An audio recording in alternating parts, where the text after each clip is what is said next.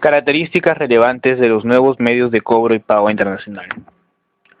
Como una primera característica, el entorno actual de creciente globalización mundial de las economías implica que la internacionalización de las empresas ya no se pueda ni deba ser contemplada solamente como un deseo o una aventura, sino más bien como una auténtica necesidad empresarial.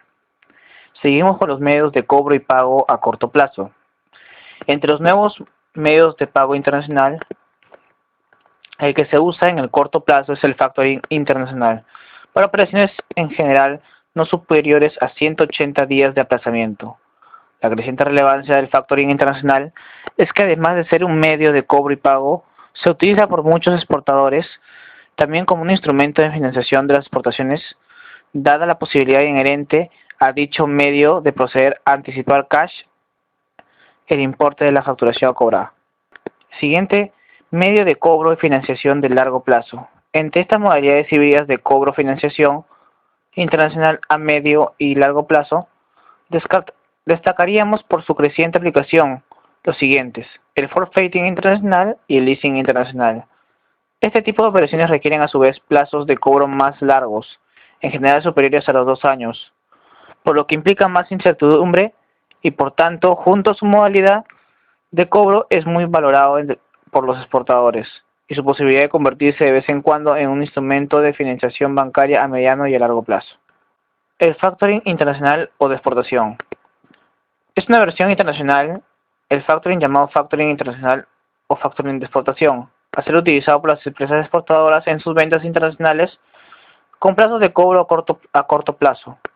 Asume una serie de características específicas que no las tiene el factoring nacional, que todos ya conocemos. El contrato de factoring de exportación.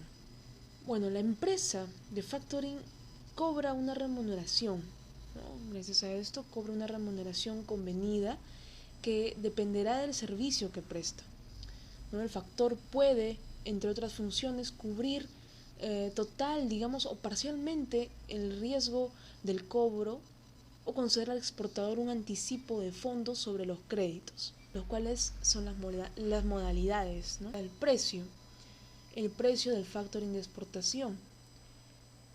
Para la fijación del precio del contrato hay que tener en cuenta las diferentes alternativas que pueden ser incluidas en el mismo. Ahora bien, esto con carácter general, cabe indicar que en todo contrato de factoring hay que distinguir muy bien entre dos tipos de servicios netamente diferenciados: los servicios adicionales por un lado y la financiación del apalancamiento del pago, ¿no? El costo de efectivo del factoring internacional. Los costos del factoring, como en la mayoría de las operaciones financieras, tienen dos componentes: suelen ser el interés y la comisión. Sin embargo, hay costos que no son fijos, ¿no? Como suelen ser las características, ¿no? Bueno, más que nada estos suelen determinarse en función a las características del factoring, las características del cedente, el nivel de facturación, ¿no? El importe medio de las facturas, o por otro lado las características del deudor, ¿no? País en el que se encuentra, el nivel de riesgo, antigüedad como cliente del cedente. Entonces todos estos puntos son necesarios para determinar los costos en sí, que no suelen ser del todo determinados de manera. Ahora vemos las ventajas y análisis comparativo del factoring internacional. Bueno, las ventajas de hacer factoring internacional son: en la principal está 100% de cobertura, asegura un flujo efectivo y capital de trabajo. Se realiza cobranza antes de vencimiento, sin costo de estudio por deudor, sin costo de renovación de línea de cobertura, existe financiamiento, no se paga deducible. El plazo de indemnización son 90 días, no hay límite anual de indemnización también, ¿no? Vemos el factoring internacional, se trata de una garantía. El exportador que no está endosada a la entidad de crédito. Así pues, los mecanismos de financiación serán los propios de financiación exterior, basados exclusivamente en la capacidad de endeudamiento, financiación de la empresa exportadora. Los instrumentos serían financiación, exportación, remesa simple, financiamiento, exportación documentaria, ¿no? Forfaiting internacional. Bueno, acá Forfaiting o recursos sin financiamiento es un método de finanzas comerciales que pueden ser de corto o mediano plazo, mediante la cual el banco forfaiter le compra al exportador sin recurso una letra, pagaré o carta de crédito diferida que representa un crédito del proveedor, ¿no? En el momento de la compra del documento del exportador, el banco le adelanta los fondos aplicándole una tasa de descuento previamente pactada. Bueno, acá intervienen el importador, el exportador, el avalista, el financista o forfaiter que compra los instrumentos endosados sin recurso por el exportador.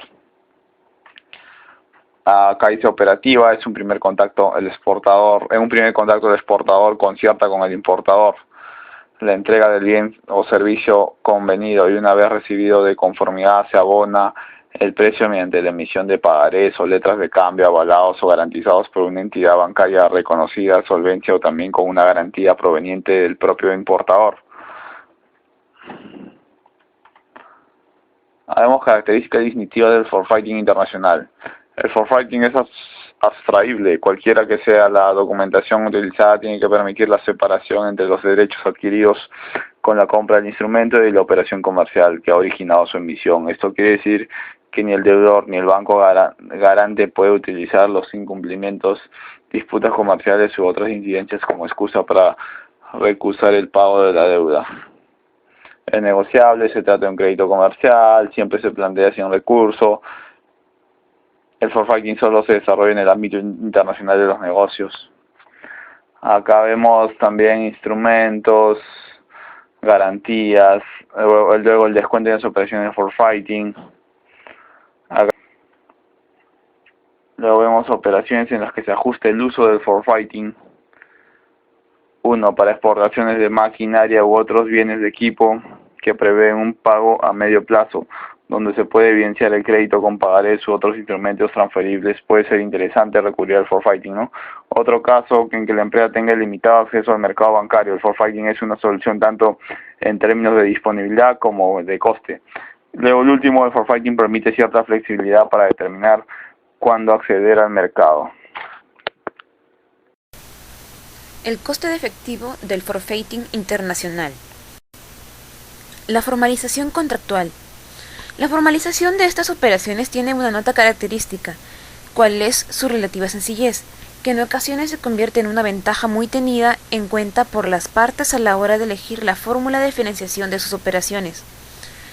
La formalización de un forfaiting comprende de forma esquemática los siguientes pasos. Primero, la carta del banco al exportador. Luego, la cesión de los derechos al banco, las cuales pueden ser de dos formas: si la cesión es realizada por el librador de los efectos y si la cesión es efectuada por el endosante, que no sea librador. Ventajas e inconvenientes. Para el exportador, el forfaiting internacional presenta como resumen las siguientes que se detallan a continuación. En cuanto a ventajas, el forfaiting elimina todos los riesgos del exportador, tanto comerciales como políticos y extraordinarios. El leasing internacional. Dentro de la modalidad de leasing, dos son las alternativas que se ofertan en el mercado nacional: el leasing operativo y el leasing financiero.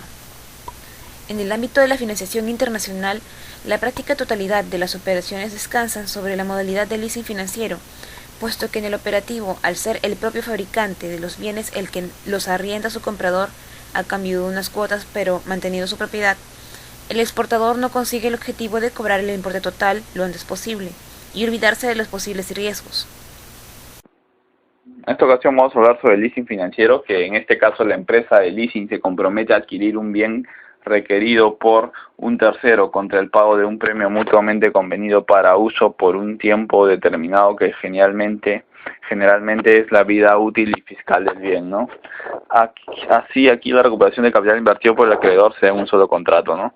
Acá vemos las características del leasing, que pueden ser bienes estándar o especializados. Duración del contrato generalmente coincide con la vida económica útil del bien. Usualmente se pacta en el contrato que no se puede resolver, en este caso el arrendador, debido al impago por el arrendatario, ¿no? Vemos los intervinientes y funcionamiento. Acá exportador, importador, sociedad de leasing, ¿no?